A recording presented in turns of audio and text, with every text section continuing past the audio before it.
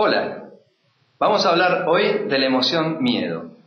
Para hablar de la emoción miedo, tendríamos que preguntarnos qué es lo que nos causa miedo.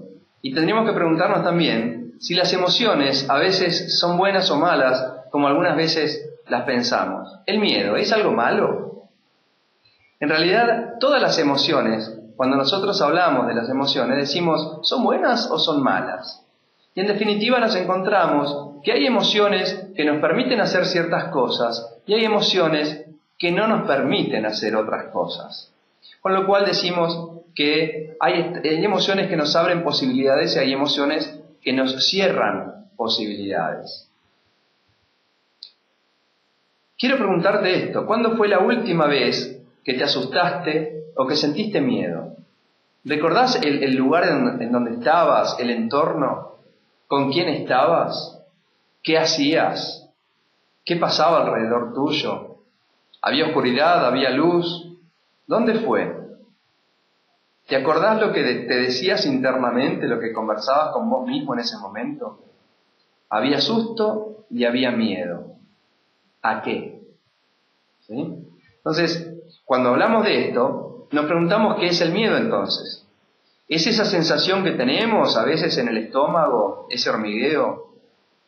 ¿O es a veces el miedo, esa sensación que no te deja hablar y que se traba la garganta? ¿El miedo es algo que se siente en todo el cuerpo? ¿Cómo es esta sensación de miedo? ¿Y qué significa tener miedo? Vamos a hablar de 3 niveles de miedo.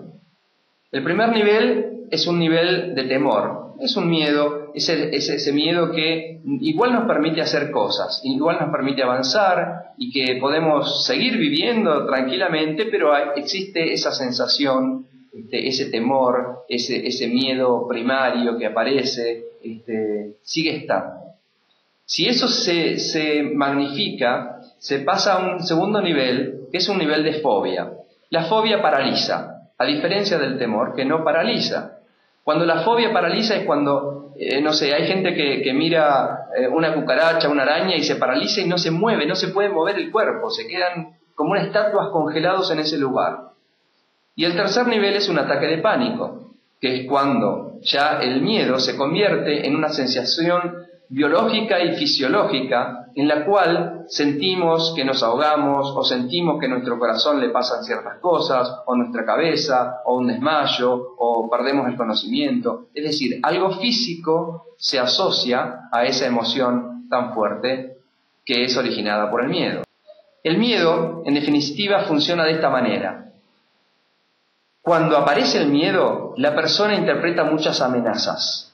Estoy interpretando que algo va a pasar, algo malo, un problema va a pasar. Y esas interpretaciones de amenazas pesan muchísimo más que la interpretación que tengo de los recursos.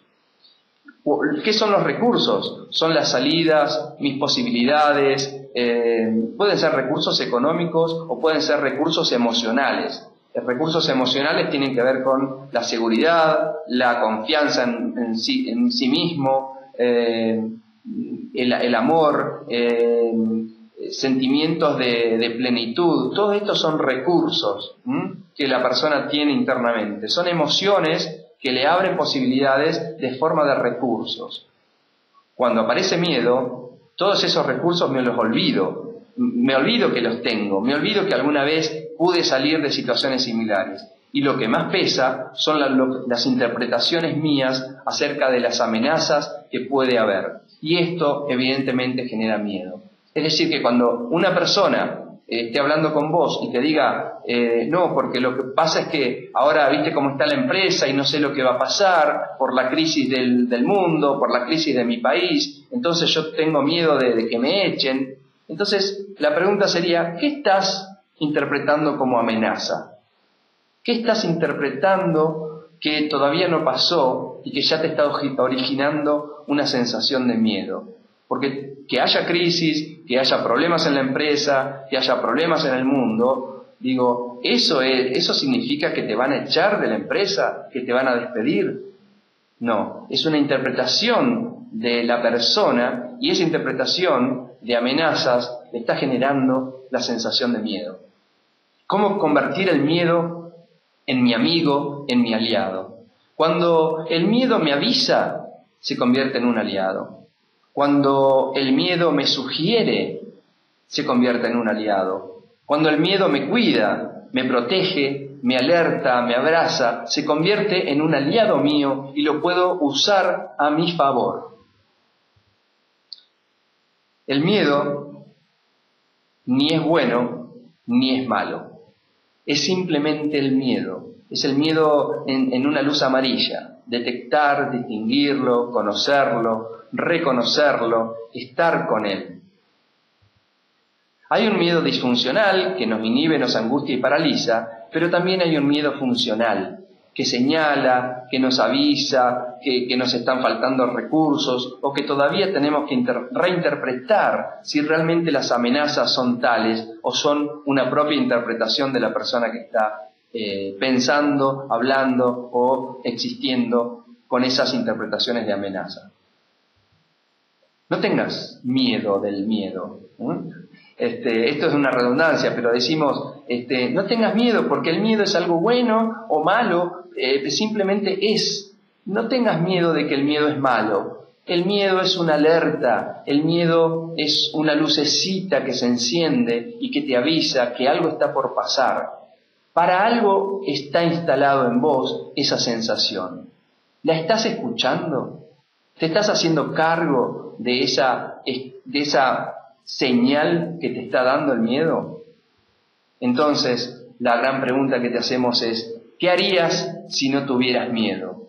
¿Sí? Esto a veces le preguntamos a nuestros alumnos, ¿y si no tuviera miedo? ¿Y si pudiera reinterpretar el miedo? ¿Y si pudiera convertir el miedo en mi aliado y jugar con él y estar al lado de él y que realmente se convierta en alguien que me avisa cuando algo va a pasar y que me genere esa intuición que me dice, mira, tené precaución por acá, tené cuidado por allá, sé más precavido, fíjate. Entonces, esto se puede convertir en un aliado para no tirarme a veces en algún proyecto inalcanzable, en una visión en la cual me pueda frustrar y que se pueda convertir realmente en alguien, ¿no? Corporalizarlo en alguien que realmente esté jugando en el mismo equipo que vos.